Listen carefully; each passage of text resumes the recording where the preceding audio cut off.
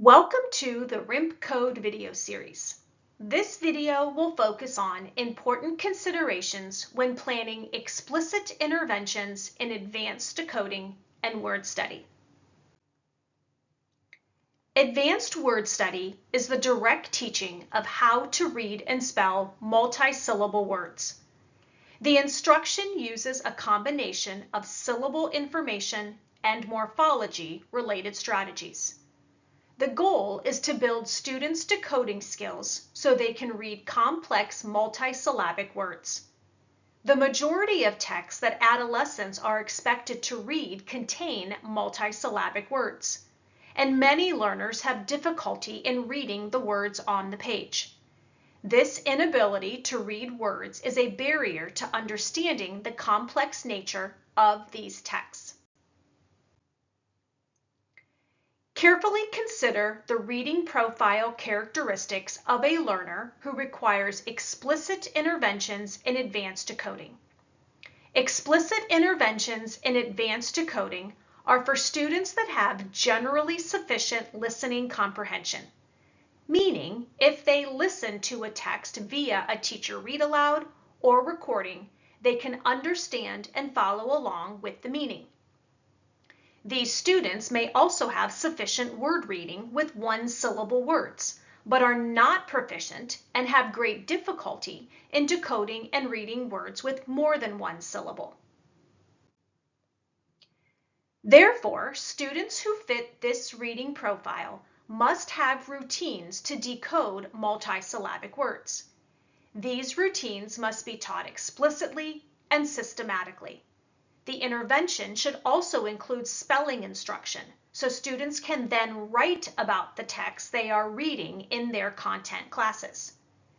And finally, as part of the intervention, the instruction should include activities so students can have ample opportunities to practice reading multisyllabic words accurately and automatically. I'm going to begin by discussing two routines you can use to teach students to decode multisyllabic words. But first, let's talk about some general considerations you'll want to think about when selecting the routine. There are several routines you can use to teach students to decode multisyllabic words. In the IES Practice Guide, Providing Reading Interventions for Students in Grades 4 through 9, a panel of experts recommends choosing one routine to teach students to read the multisyllabic words. Although there are numerous routines that can be used to break down and decode multisyllabic words, the panel recommends choosing one routine to teach students during the intervention. Students with reading difficulty need to focus their attention on the task, not decide which routine to use to decode the word. So, rather than teaching a variety of rules, the teacher selects a routine that provides simple steps for breaking words into parts and blending those parts together to sound out the word. The routine should focus on how to break down and decode the word. Explicitly teach the routine to use when faced with an unfamiliar word. Demonstrate the routine. Guide students through the routine. Guide students in applying the routine to several words. And provide time for students to practice the routine on their own with teacher feedback. Let's begin by looking at one routine to teach students. This routine uses a strategy to identify affixes and vowel combinations. The teacher refers to each step in the routine, which is also posted in the classroom. Here is what the routine would sound like. Today we are going to learn a routine for breaking longer words into parts so we can easily sound them out. In this routine, there are 4 steps. I want you to watch me first.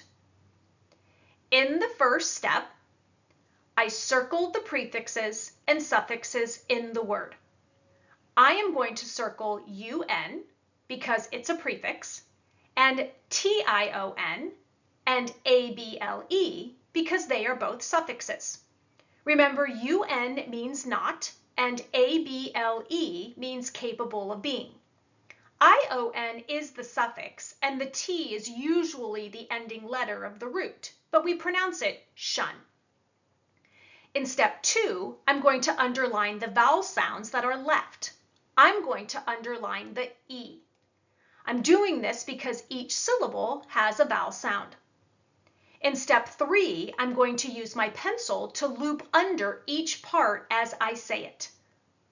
Un, men, shun, able.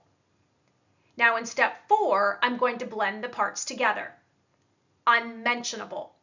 Unmentionable means something that is unfit or not allowed to be discussed. Now the teacher can give 1 or 2 more examples, or I do's, before guiding students in applying the routine to several more words. That is the we do. Finally, provide ample time for students to practice the routine on their own with teacher feedback. That's the you do. Now let's look at the second routine to teach students. Remember, choose one routine and be consistent. The second routine uses a strategy to identify syllables and vowel combinations. The teacher refers to each step in the routine, which is also posted in the classroom. Here's what the routine would sound like. Today we are going to learn a routine for breaking longer words into parts so we can easily sound them out. In this routine, there are 4 steps. I want you to watch me first. In the first step, we underline single vowels and vowel combinations. Remember, a lot of the time, 2 vowels together will sound as one. Now in this word, I'm going to underline the U, the E, the IO, the A, and the E. Now we're going to count the number of vowel sounds to determine how many syllables are in this word. Count them with me. 1, 2, 3, 4, 5. How many syllables are in this word? You got it. There are 5 syllables in this word. We look to see that there are 5 vowels or vowel combinations, so we have 5 syllables. Now in step 3, I'm going to use a slash mark to break the words into parts so that every syllable has a vowel sound in it. I divide between these 2 consonants, N and M, between the N and the T, before the A, and before the consonant LE. Notice how I broke the word into parts so every syllable has a vowel sound in it. Now let's read each part together. Un, men, shun, bull. Now let's blend the word together. Unmentionable. The teacher tells students that the word unmentionable means something that is unfit or not allowed to be discussed. Again, the teacher can give 1 or 2 more examples, or I do's, before guiding students in applying the routine to several more words. That's the we do. Finally, provide ample time for students to practice the routine on their own with teacher feedback. That's the you do. The first recommendation for interventions in advanced decoding is to teach students one routine to decode multisyllabic words. One routine used identification of affixes, and the other used identification of vowels, vowel combinations, and syllables. Now we're going to discuss the second recommendation, which is to include spelling in the instruction. Spelling instruction should be included in every lesson. The routines for spelling should also be posted in the room for students to refer to during instruction. Write the word on the board and begin by asking students to read the word aloud using the routine for reading multisyllabic words. Un, men, shun, bull. Then ask students to spell it out loud. UNMENTIONABLE.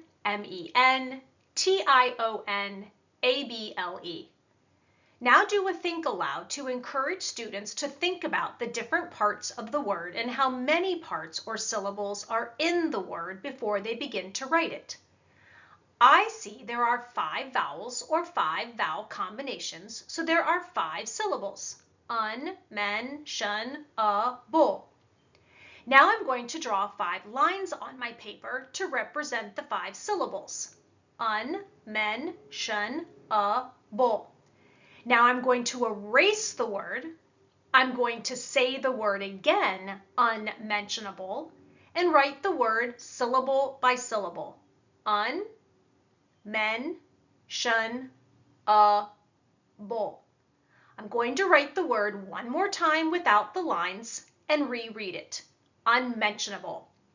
Spelling is a more difficult task than reading, so give students additional words to spell that include the same vowel and consonant letter sounds and combinations. Be sure to guide students in applying the routine to several words and provide time for students to practice the routine on their own with teacher feedback. We reviewed the first recommendation for interventions in advanced decoding is to teach students one routine to decode multisyllabic words. There was one routine that used identification of affixes, and the other used identification of vowels, vowel combinations, and syllables. We also discussed the second recommendation, which is to include spelling in instruction. Now we will talk about activities to use with students so they can practice reading multisyllabic words accurately and automatically. Students with reading difficulties need many opportunities to practice the skills they learn. Provide multiple opportunities for students to build automaticity. Each of the activities listed on the screen should have a routine for use. Teach students the routines for each of the activities and ensure that the steps of the routine are either posted on the board or provide each student with a prompt card. The first activity asks students to read a list of words once with their partner, noting any words students have difficulty reading. Then ask them to try and read more words correctly when they read that same list to their partner a second time. Another activity is to read a list of words, up to maybe 20 words, aloud as a group, in unison or by taking turns.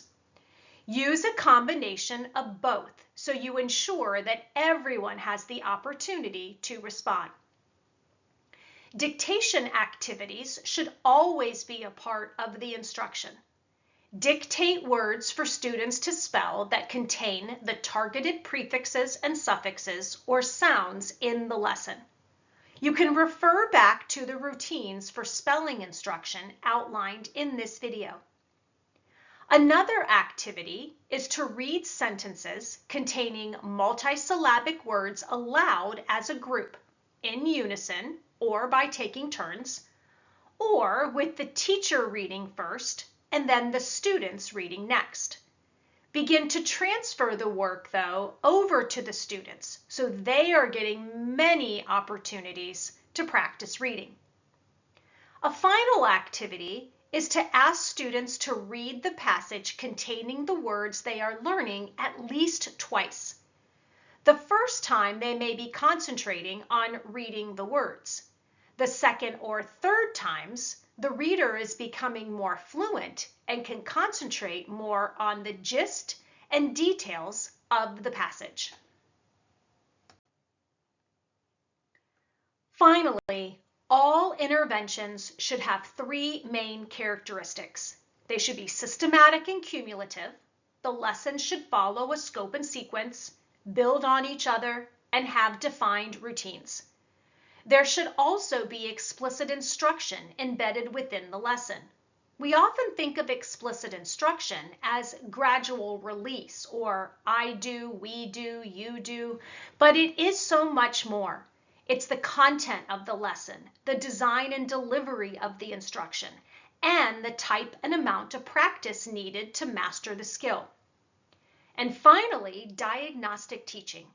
Which students need support? What supports do they need? We can use diagnostic assessments or intervention program assessments to place students in the correct skill in the scope and sequence. And then finally, progress monitoring tells us if the student is making accelerated progress towards meeting goals. As you plan explicit interventions in advanced word study, remember Ohio has an approved list of evidence-based reading intervention programs. The routines described in this video may already be embedded within an approved program that specifically supports advanced decoding. And for more information about the routines in this video, please refer to the IES Practice Guide, Providing Reading Interventions for Students in Grades 4 through 9.